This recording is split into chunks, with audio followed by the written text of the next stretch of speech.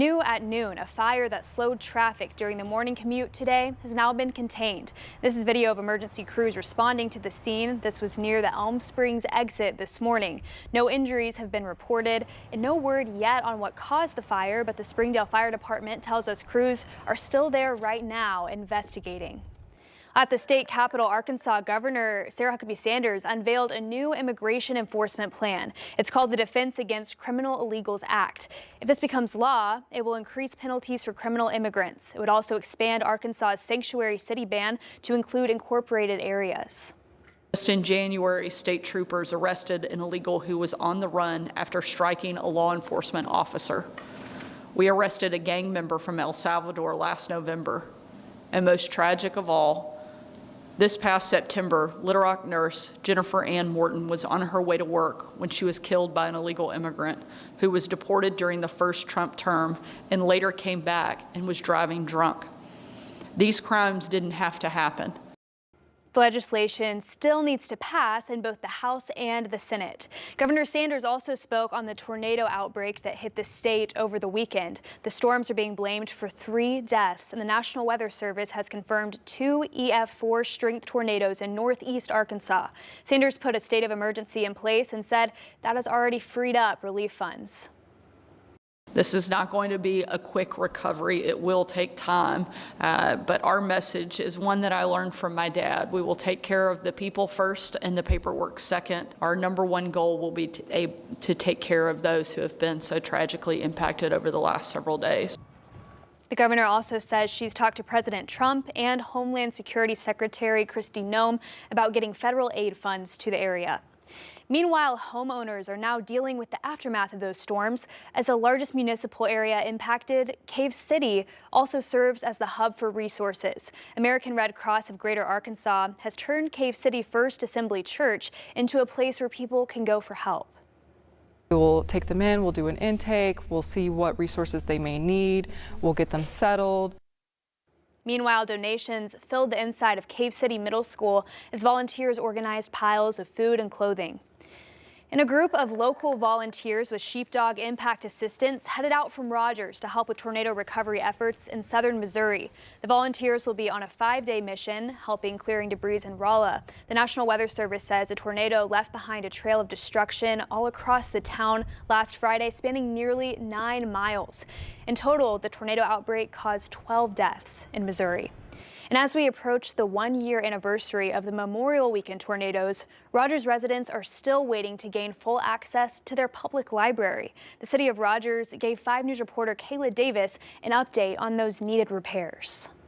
It used to be a place for people of all ages to come and enjoy activities, read books, and use all the space the Rogers Public Library has to offer, has been reduced to just one small area open to the public after the May 2024 tornadoes damaged the building. Diana Jones, a longtime resident of Rogers, says the limited access has been inconvenient for her family. This was a place I would bring my kids to do free activities. Some families don't have extra money to go do anything else that you want to do during spring break. Costs money. So this was a nice little getaway from your house. While other libraries like the Fayetteville Public Library and Bentonville Public Library are open, I want to stay in Rogers because I'm from Rogers. And I want to keep coming and patronizing my Rogers establishments. But Peter Masones with the city says it could be a while. The first initial engineering studies that came through recommended patching of the roof. We do feel it's a very important community fixture, and we want to see it built back better. And so we actually went and got a second engineering study done, which has recommended replacing the roof. And so where we're at right now is we're waiting for FEMA to accept that second engineering study. Masones says getting pre-approval from the Federal Emergency Management Agency, or FEMA, is crucial to ensure the city can afford the repair. Getting the 75% reimbursement is pretty important for wise use of taxpayer dollars. And that takes time. You know, obviously we want to expedite this thing as much as possible, but we want to see it built back as well as possible. So we do continue to ask for patience from the residents of Rogers and those who have been using the library. Meanwhile, Diana encourages the city to ask for more public input. It'd be my hope that they maybe ask us maybe before they even start construction. Like, I'd be open to that if they told me they're going to reopen bigger and better. I'd be okay with a longer timeline as long as I know that even though my kids might not benefit from it, other families will benefit from having a library comparable to a Bentonville-Fayetteville library. In Rogers, covering news where you live, Kayla Davis, 5 News. Well, the man accused of shooting and injuring a law enforcement officer in Webbers Falls over the weekend is now in custody. The Oklahoma Highway Patrol issued a blue alert Sunday evening for Billy Wayne Williams, and he was arrested more than 700 miles away in New Mexico. The Grants Police Department says they found Williams' vehicle in a parking lot on Monday morning.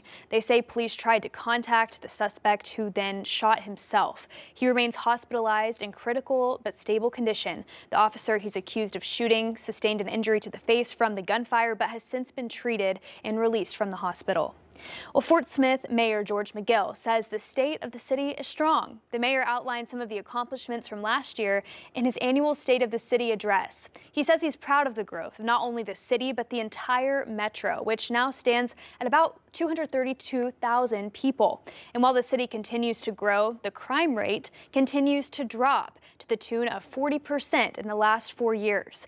He also mentioned that there were 0 murders in 2024. Mayor McGill also talked about the looming consent decree, which requires the city to spend hundreds of millions of dollars on sewer system improvements. He says while this will be a challenge, it will help the city in the long run. I applaud those who work day in and day out to try to come closer together on creating a positive solution for us as we press forward. At the end of the day, when we complete that work, we will have a modernized infrastructure on our sewer and our water. Mayor McGill emphasized one of the things he's most proud of is the growth of the city has seen this year, and he says that growth happening alongside that significant drop in crime is all thanks to the community stepping up.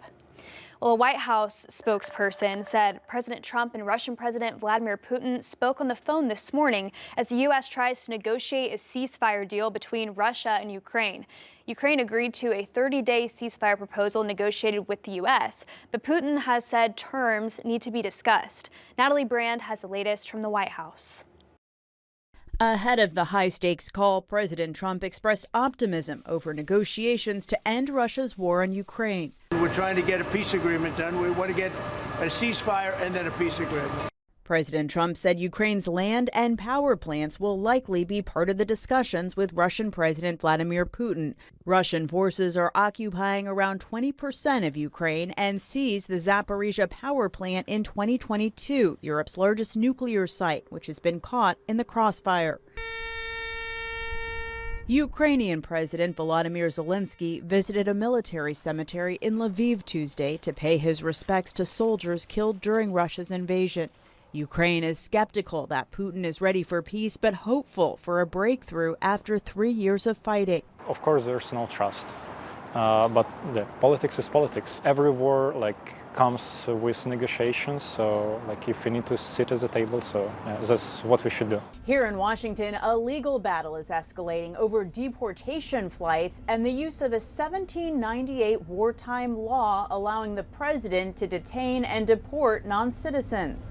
A federal judge is demanding answers today about whether the administration violated his order over the weekend by sending planes with more than 200 migrants to El Salvador, many alleged gang members. A Justice Department attorney argued that they were not bound by the order since it wasn't in writing. Natalie Brand, CBS News, the White House.